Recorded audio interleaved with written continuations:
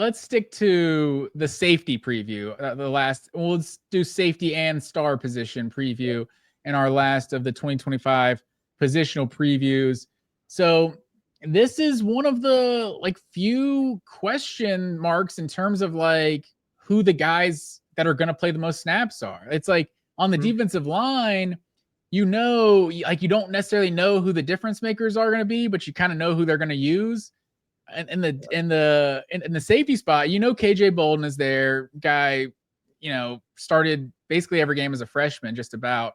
And after that, it's you got 3 transfers coming in. I guess we feel confident about Janelle Aguero in the star spot as well, but we have Adrian Maddox. Am I saying his name right?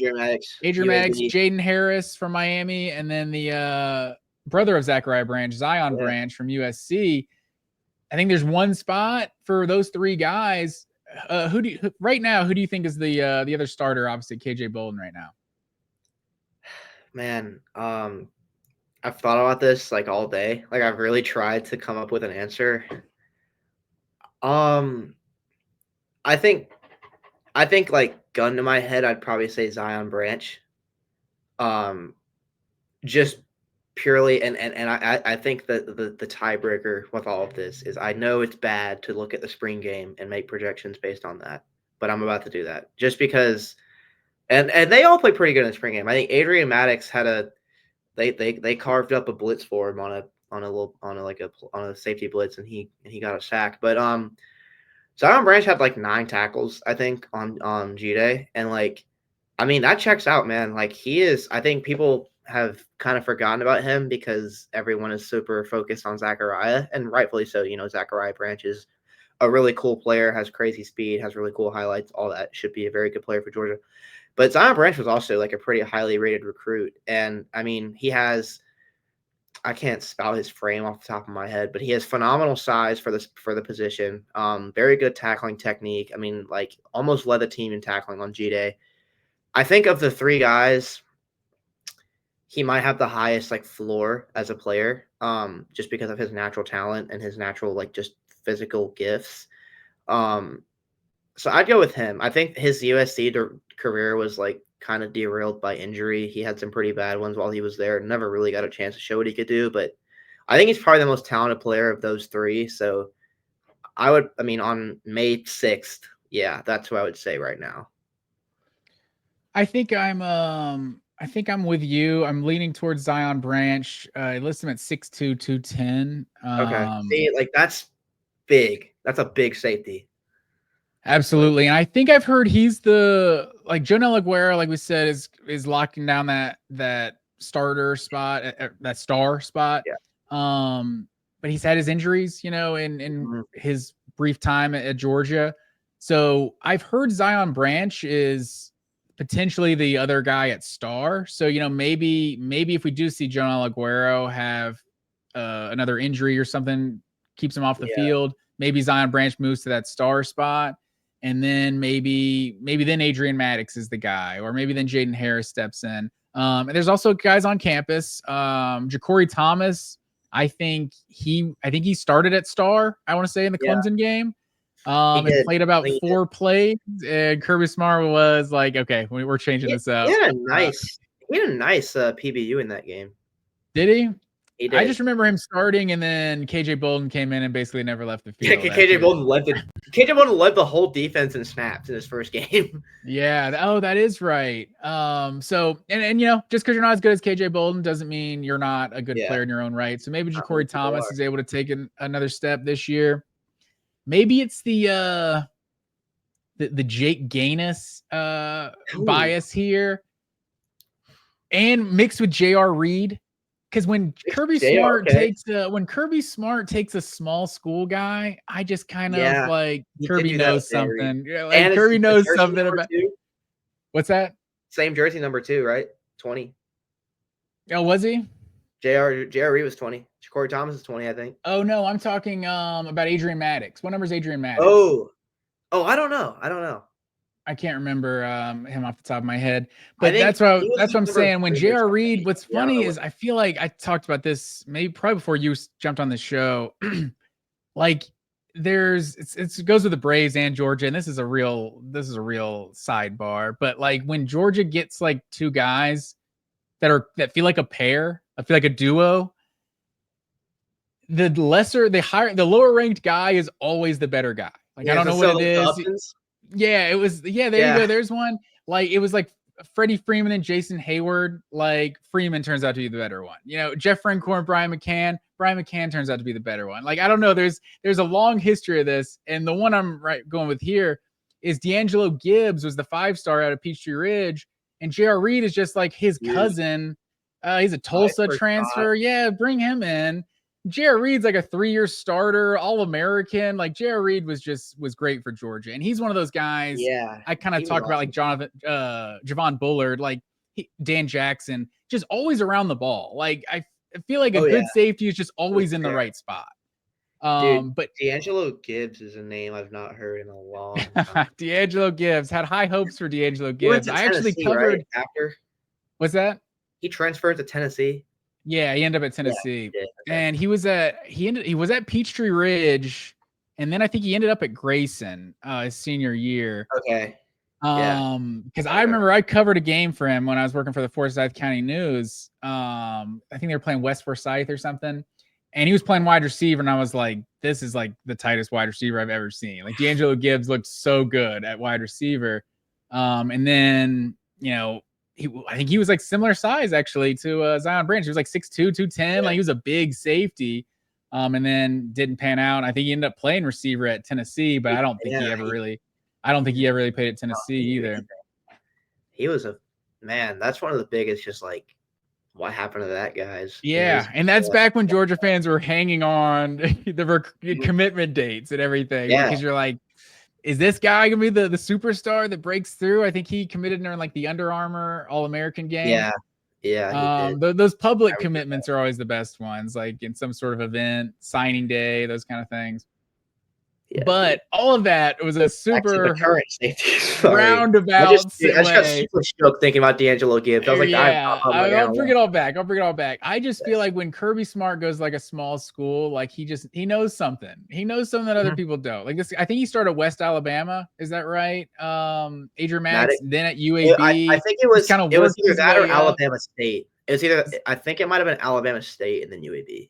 Okay, I could be wrong. But now he's at Georgia. I think there's something about that dude's grinding. He's just one step at a time, just working his way up. I feel like they're just a vibes wise. I'm not basing this on any intel and film I've seen. Just really, there's something I agree for something I like about Adrian Maddox. And like I said, Jake Gaines was the last UAB transfer I remember at Georgia, and those were good times as well. No, I agree. I was thinking about that too because, so he was at Alabama State for 2 years. That's the thing. I've seen the least of him playing than either other guy that committed to Georgia. Because Jaden Harris and Zion Branch were like obviously at like AAA programs, so I've seen a little bit more of them. But yeah, I agree. The fact that he is on, he started at Alabama State and then he transfers to a bigger school within state at UAB and is a standout there too.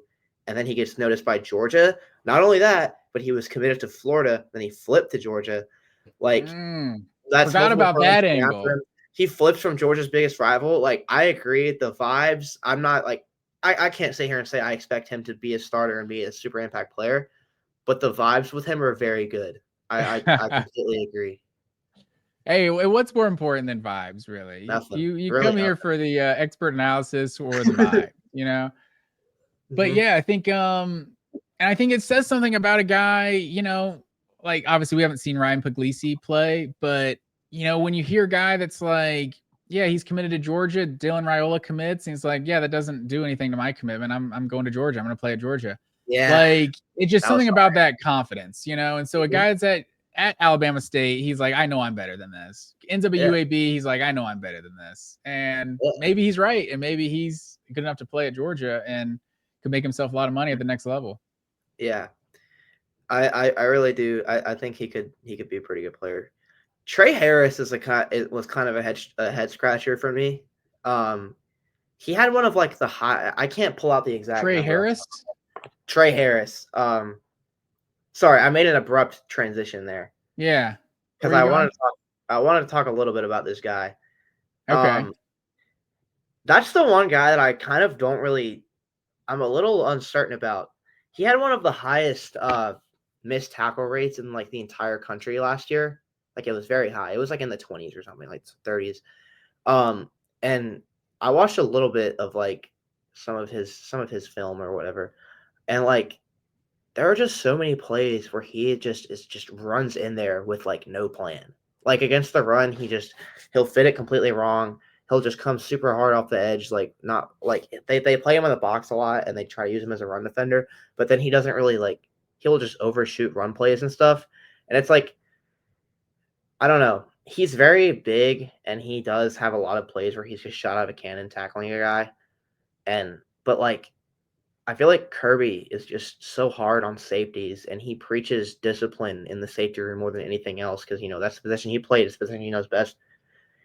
Jaden Harris just doesn't seem like a player Kirby Smart would recruit to me. So I don't know. That's one of the more confusing transfers I think I've seen.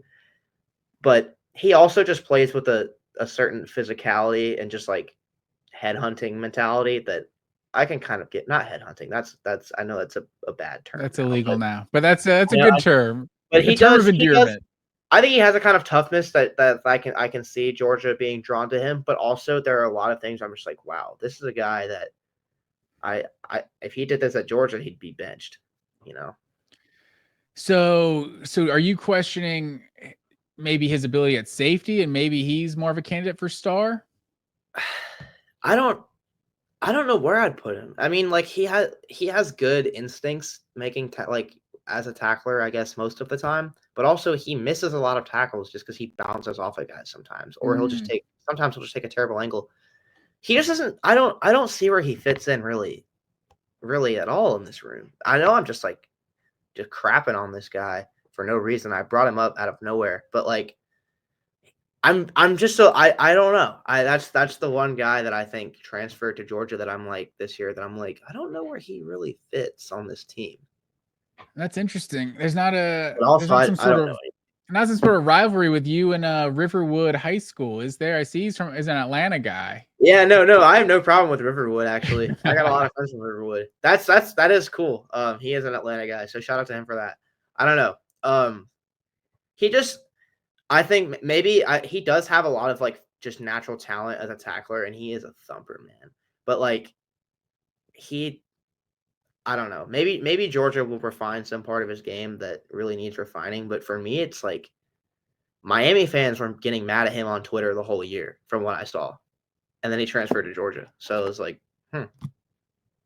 Oh yeah, that's interesting. They get Carson. He is a redshirt junior, so Maddox is listed as a senior. So maybe he's a multi-year guy, and he's ready by 2026 or something like that. He could step in and start. But yeah, I think that's interesting. He's number 12, by the way, and Adrian Maddox is 14.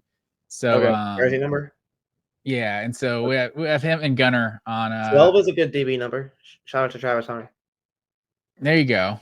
Shout out to Jawan Briscoe, the last number 12 I could think of off the top of my head. I'm sure there's Vandergriff was 12. There's not many 12s I can think of impact players. Right? No, Trey Blunt was 14. Wait, no. What was Tavares King 15 or 12? Tavares King was 12. You might be thinking of that one game he rocked 15. Okay, because every receiver rocked 15 one game because Marlon Brown had like a season-ending injury. Yeah. So that's funny. It's funny you say that. I remember him rocking 15 one time.